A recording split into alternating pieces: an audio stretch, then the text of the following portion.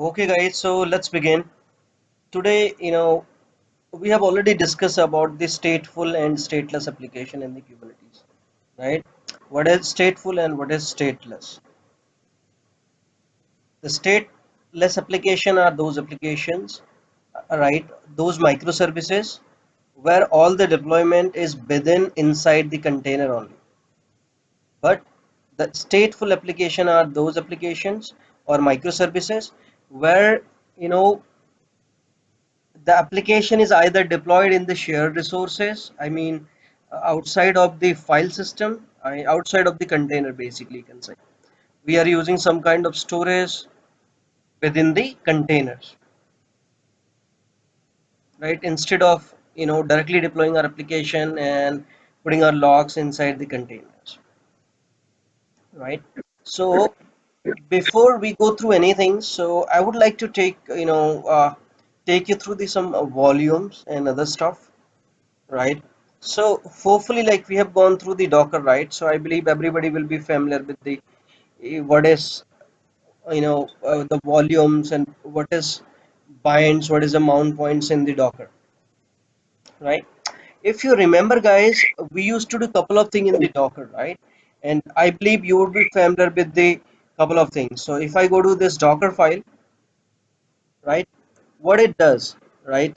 The Docker is basically storing everything in the form of layer, right? And whenever we are creating a layer, a Docker file, right? And when we are executing it, when we are doing a build from it, what it does is it creates a layer, right? So the first layer will be this, the second layer will be this, and if you are installing any command, let's say if you are running any command, let's say here yum install something, so it will create one another command, another layer in the system, and every layer will have its own size, right? Some MBs. So that you already know.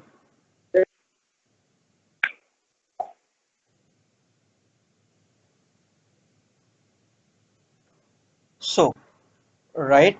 So we are already familiar like how it creates the layer. And if you go to where Docker, you know, whenever you install the Docker, everything gets created, all the configuration, everything gets created inside the where Docker, right? And the volume store the volumes, right? All the volume you are creating at this moment, we don't have any volume, that's what it is not visible here, right? The network contains the network stuff. The container store the basically all the containers information and all the layers, right, that we have. So everything is separated here. So if you remember, guys, when we used to create a couple of things, right, when we used to bind a volume, what we used to do is we used to give the docker run -d -v. I used to give /mnt and let's say /app, and uh, I used to give some name web, and I used to give image name, let's say HTTP. Sorry, I didn't want to run it. So what it basically does is it mounts MNT with the app, right? So there are basically we used to discuss about mount and bind. The mount does is basically whatever the bind does is basically whatever the file system you have, whatever the folder you have, you are just mapping it with the inside container, right? In the same way, we have another option which is called the bind, where we can also bind our file system, let's say our shared storage, our volumes. We can create the volumes and attach it to the Docker itself, right? So that's how we used to manage our file system in the Docker. Right now, if you go inside the Docker or where lib Docker, you'll be able to see if you go inside the containers, you'll be able to see the another layer has been created just on 15 August. What is the time here? 7:38, 37, right? It has mount, right? It's called the SHM. This is just a layer, right? So in the same way, if you are adding something, right, volumes and other thing, those will be visible here too. So at this moment we have not added any volumes, So we have just bind the the files, I mean the folder we have. You can also bind the volumes, mount the volumes if you have. So those volumes would be visible here. So you'll have to create the volumes and bind them. The same way, we are going to do in the Docker. I mean, in the Kubernetes. I'll quickly go to the volume section here, right? So the first in Docker, we have a PV, which is called the physical volumes, and the second is called the PVC, which is called the PVC, basically physical volumes claim. So let's go quickly and have an example of volumes here. Oh, sorry.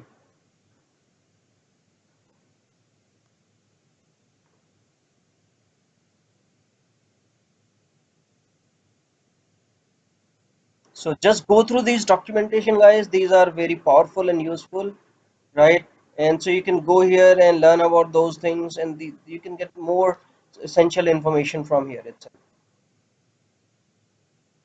And I'll show you this. Okay, not this too.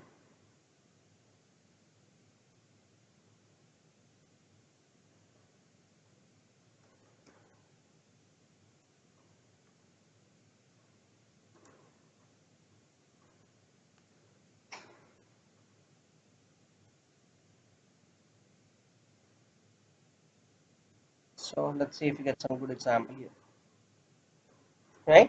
So you can see here, you can get the complete introduction of what is PBC. PB is nothing but this is the piece of storage. That means, you know, one volume or one drive itself, right? So if you see here the piece of storage in the cluster that has been provisioned by administrator or dynamically provisioned by a storage class.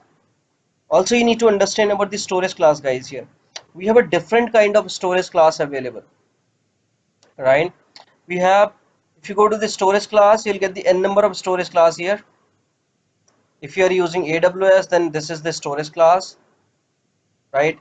AWS Elastic Block Storage, Azure Disk, Chef FS, cFinder, FS, Flocker, iSCSI, right? Then you will see a many kind of storage classes available. So that's what it is saying. Either that has been provisioned, means if it is the in-house and this is provisioned by administrator, that's fine. Or you can also dynamically provision your storage, your PVs using the storage classes, right? It is a resource in the cluster, just like a node is in, node is in cluster resources. So this is the volume act as a resource. As you have a pod and other cluster resources, the same way the PB is kind of resource there. The PBs are volume plugin like a volumes, right? And the PBs are volumes plugins like a volume. They are nothing but they are volumes only, but have a life cycle independent of any individual pod that uses the PB. The API object capture the detail of the implementation of the storage, be that NFS, be that SCSI, cloud provider specific storage, and etc. So hope everybody understood the PVC. PV. PV is nothing but this is the kind of storage. Either this have to be provisioned by the storage admin and someone of you, or it is dynamically provisioned if you are using the you can say over cloud. Users have to give the class there. But PVC is nothing but PVC. How the PV you have claimed, the PV you have created, how you are going to access that, and use this within your pods or within your containers. That's what a PVC called. Remember this, right? So if you go here, it's a request of storage by a user. That means with for your pod, it is similar to a pod. Pod consumes node resources by VPC, consumes PB resources. So this PBC consumes the PB resources. Whatever the storage you have provision, this PBC will use that. Pod can request a specific level of resources. CPU memory claims that request specific size and access mode. They can be mounted read write, read only many, read write many, and there are so many access mode. then you can go here and go through those access modes also, right? All the access mode would be available for you here. So just go through it, and what all the access mode where you can use, you can see here also in the list. Sir, Then no questions, sir. that's fine. So my purpose of telling through the document is you understand, you just go through the Kubernetes documentation. These documentation are pretty good, guys. If you keep on doing the practice from here itself, and you can learn a lot things from here, right? So there are a multiple kind of provisioning available there. You can see static provisioning, dynamic provisioning, and bindings, and using and storage object in uses predictions. So you can do anything there what you want. So if you talk about the provisioning point of view, the static is the same. Administrator creates the number of PVs. They carry the detail of the real storage which is available for use by the cluster user, right? Hope now you would have understood more about what is that PV. एक तो आप कोई भी administrator है, उसने कोई भी एक फिजिकल वॉल्यूम बनाया है, दैट्स रियल स्टोरेज बेसिकली, जो कि हम किसी भी क्यूबरनेटीज क्लस्टर में यूज कर सकते हैं और अपनी एप्लीकेशन डिप्लॉय कर सकते हैं. Dynamic is basically use by any storage class, जो भी आपका कोई AWS है, Azure है, if you are using any of that, you can directly provision them. The binding is a user creates, or in case of dynamic provisioning, has already created a persistent volume claim with a specific amount of storage request, and within the certain access mode, a control loop in the master watches for a new PBCs, finds a matching PB if possible, and binds them together. If a PB was dynamically provisioned for a new PBC, the loop will always bind the PB to a PBC. Otherwise, the user will always get least what they asked for, but the volume may be excess of what was requested once bound. The persistent volume claim binds are exclusively regardless of how they are bound. A PVC or PB binding is one-to-one mapping using a claim reference, which is a bidirectional binding between persistent volume and the persistent volume claim. That means that's very simple. It's a binding, right? Nothing else. So there is a one-to-one mapping between your persistent volume and persistent volume claim. That means once you have created the persistent volume, right? That's the piece of storage. But the access mode will be persistent volume claim. How it is being claimed within your nodes, right? So let's quickly go through and see how we can create the volume claims there,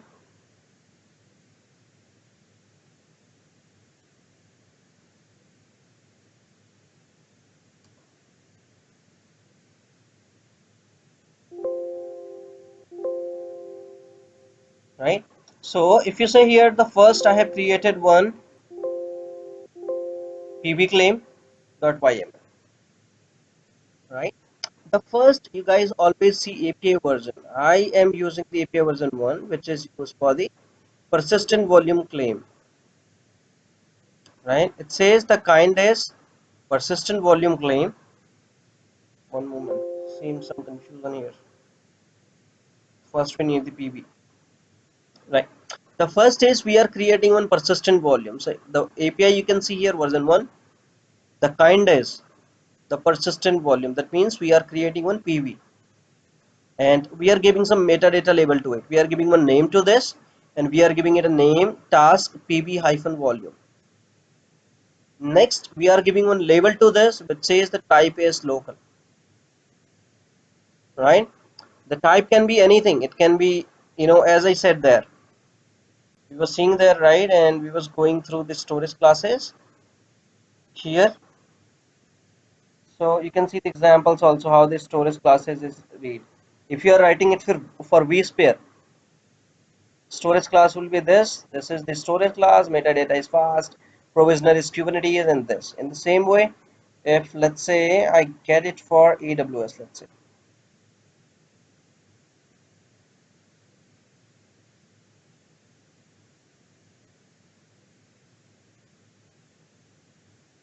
So if you see this, if I'm provisioning the AWS EBS, and it says API version is this, storage class, kind, metadata is, name is slow, provisioner is this, right? Parameters, what you are giving here. Type is IO1, storage per GB should be 10 GB, file system type is ext4. You have a more AWS documentation, you can go through and read those things also. So that's what the type we have given here. You see, the type we have given is a local here. Next, the specifications, the storage class name. What is this storage class name? We say manual.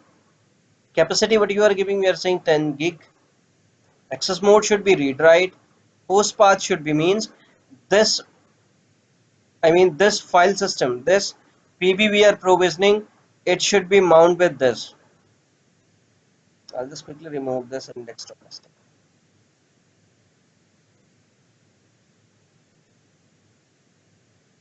Right, I'm saying just bind this mount path should be for this volume is this. So if any application binds this means PB, right, they will be able to access this MNT data inside their Kubernetes cluster, I mean within your pod. So to create it similar way, kubectl apply hyphen f. So let's see first if you have any PB available here. Kubectl get PB. Let me delete them. Delete PB. Let me see first. C would be there too. Kubectl delete PBC. Let me delete for the BBC.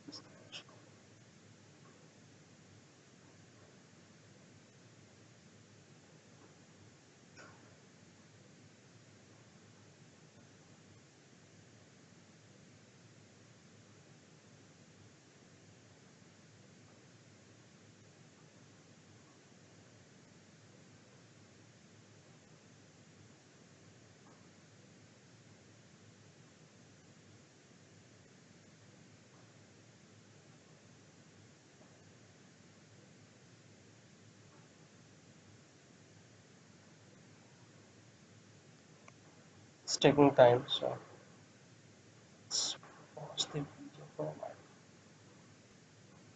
Though it should not take this much of time.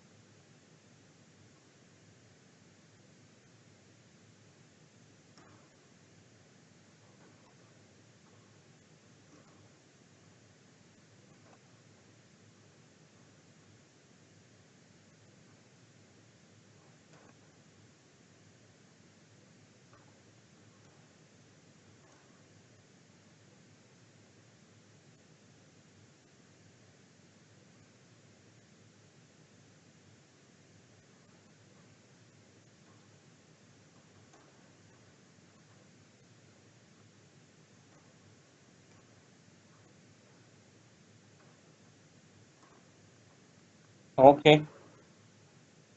Now I will see. Okay, that's fine.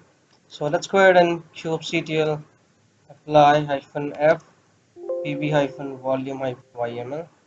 So if you see now, kubectl get pb, one pb has been created which is of 10 GB, right? And the access mode is that you have given, the claim policy is retainable, status is available, and storage class is manual. So we have manually created that, right? The pb is ready here, right? So as per the things we have given here, what I can do is, so let's have mkdir hyphen 3 and have this folder here. Go to MNT data, and yep, have one index.html that is already there. That's fine. And from Kubernetes stores. That's fine. Right. So I have just created a folder, and there is an index.html file, right, which basically will be used with this volume that we have created.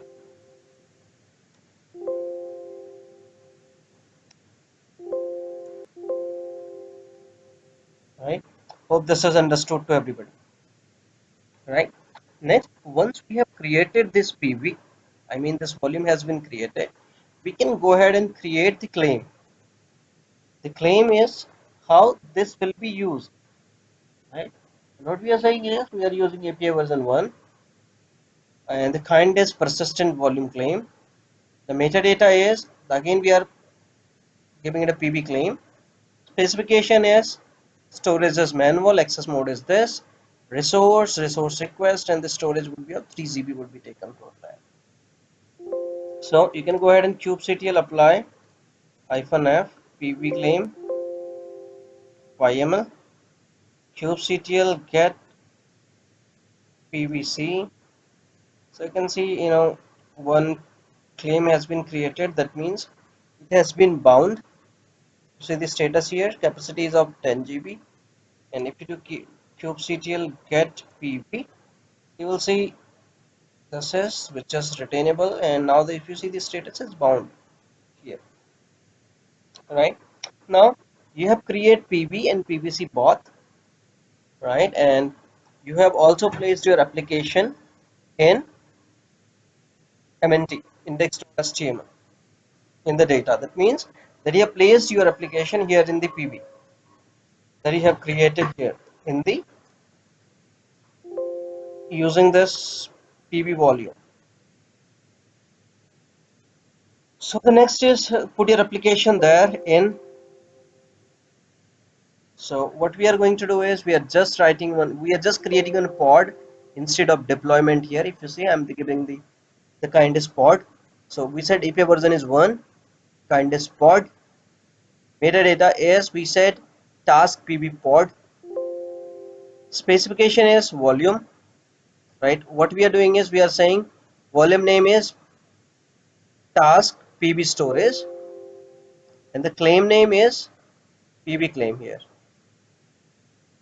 And containers, we are saying container name should be this, image is nginx, port number should be open80, name should be this, and the volume amounts would be this. Means we are saying the volume amount would be where USR share nginx HTML, means inside the container, inside this container, this USR share nginx HTML, and it is named with task -pv storage. So that means this is the point where it will be mapped, right? So the next we have to do is you just have to like do up to kubectl apply -f. Yeah, either you can give kubectl create -f -f, and you can give the pod.y. So that's totally up to you if you want to give the create and apply. Totally up to you if you want to kubectl get pod. You can see, one pod is being created. It says the container is being creating, right? The pod is up and running now, right? You can describe this kubectl describe pod,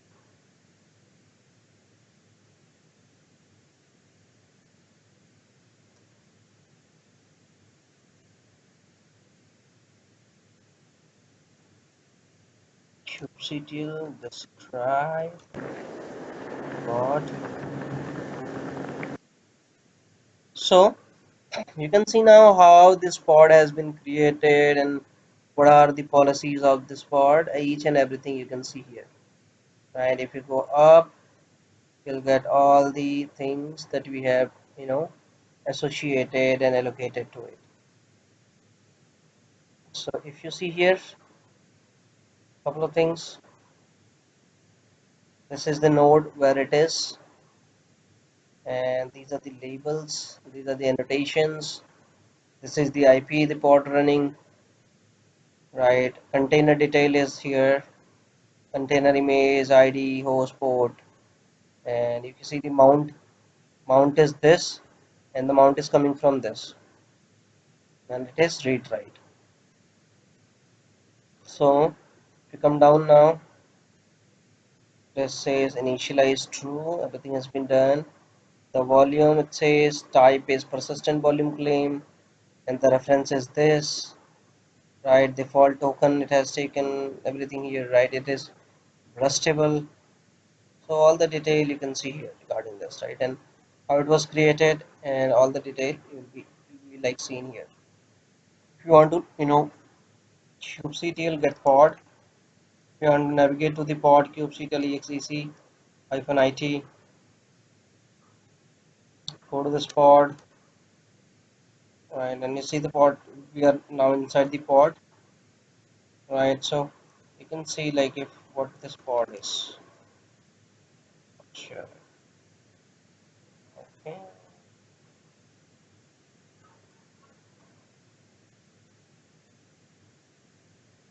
Okay, anyway, like this is working, but this is giving me the 403 page not, I mean, authentication error. Alright, though the application would be only visible from there now, and the source of that is basically here, MNT data, and this index.html should be served from the inside, right? So you can even, there's a great documentation. I was trying to find the easier example so that you can understand it in an easy way. That's why I'm trying to pull the examples from even, directly from the Kubernetes site.